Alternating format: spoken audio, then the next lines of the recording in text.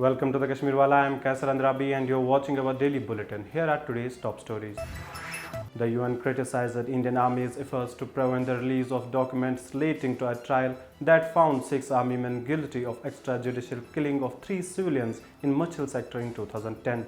The second report by the rights body on Kashmir mentions the Army's attempts to block an RTI request on information about the fake encounter trial in a list of incidents of impunity of human rights violations by the government forces. It notes that Army was resisting efforts to release details of trials conducted by military courts in cases like Machil, where soldiers were initially found guilty and given life sentences for their crimes, but later released by higher military tribunal. 2 Amarnath pilgrims died during the Yatra in South Kashmir on Friday.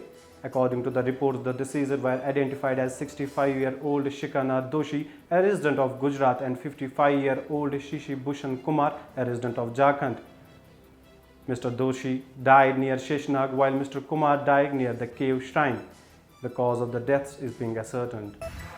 A senior BJP leader and spokesman for Kashmir Affairs Ashwini Kumar Chirungu today said that Kashmiri Pandits delegation that met Hurriyat Conference chairman Mirwais Umar Farooq recently over the issue of return of Kashmiri Pandits were not the real representatives of Pandits, and that the BJP was for peace first and then the return of Kashmiri Pandits back to their homes.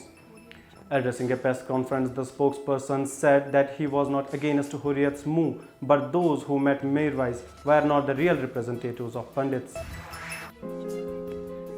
If you believe, you can do it. You can tread your own ways. You are undeniable, unstoppable. You are everything you are, and all that you can be. Dare to dream with Manchester Education. Find your university now. Pakistani wives of former Kashmiri militants who returned from across the line of control under rehabilitation scheme appealed to the central and state government today that they are either granted Indian citizenship or deported.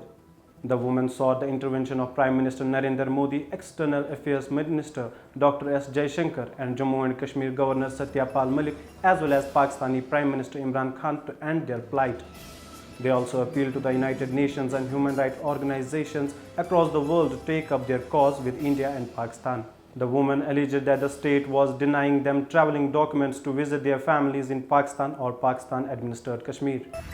A 28-year-old youth, Javed Ahmad Dar of Zasu, Pulwama, was injured in a mysterious blast while collecting waste material near a dumping site. The injured was shifted to District Hospital Pulwama for treatment, from where he was referred to Srinagar Hospital for specialized treatment.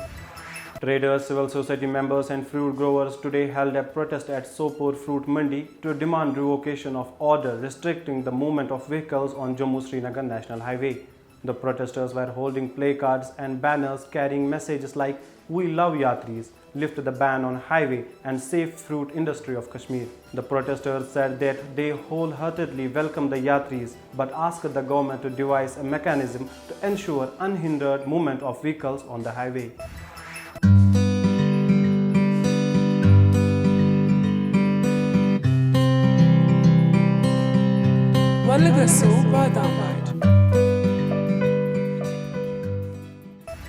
At least 6 youth were arrested during nocturnal raids in Warpora village of Sopore in Baramulla district by the government forces, including the Special Operations Group of Jammu and Kashmir Police, during intervening night of Thursday and Friday. Senior Superintendent of Police Sopore Javed Iqbal confirmed the arrests and said that the youth are being quizzed for their alleged role in various stone-throwing incidents in the area.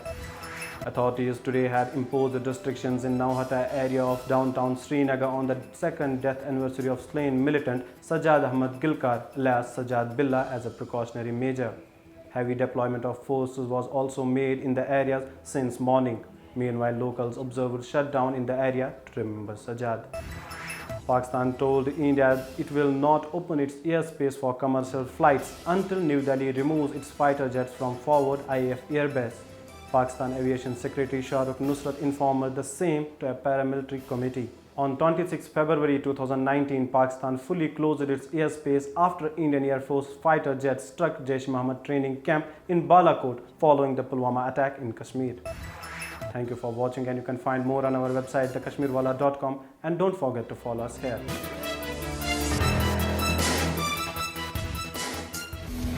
Subscribe our YouTube channel and don't forget to press the bell icon to get the latest notifications.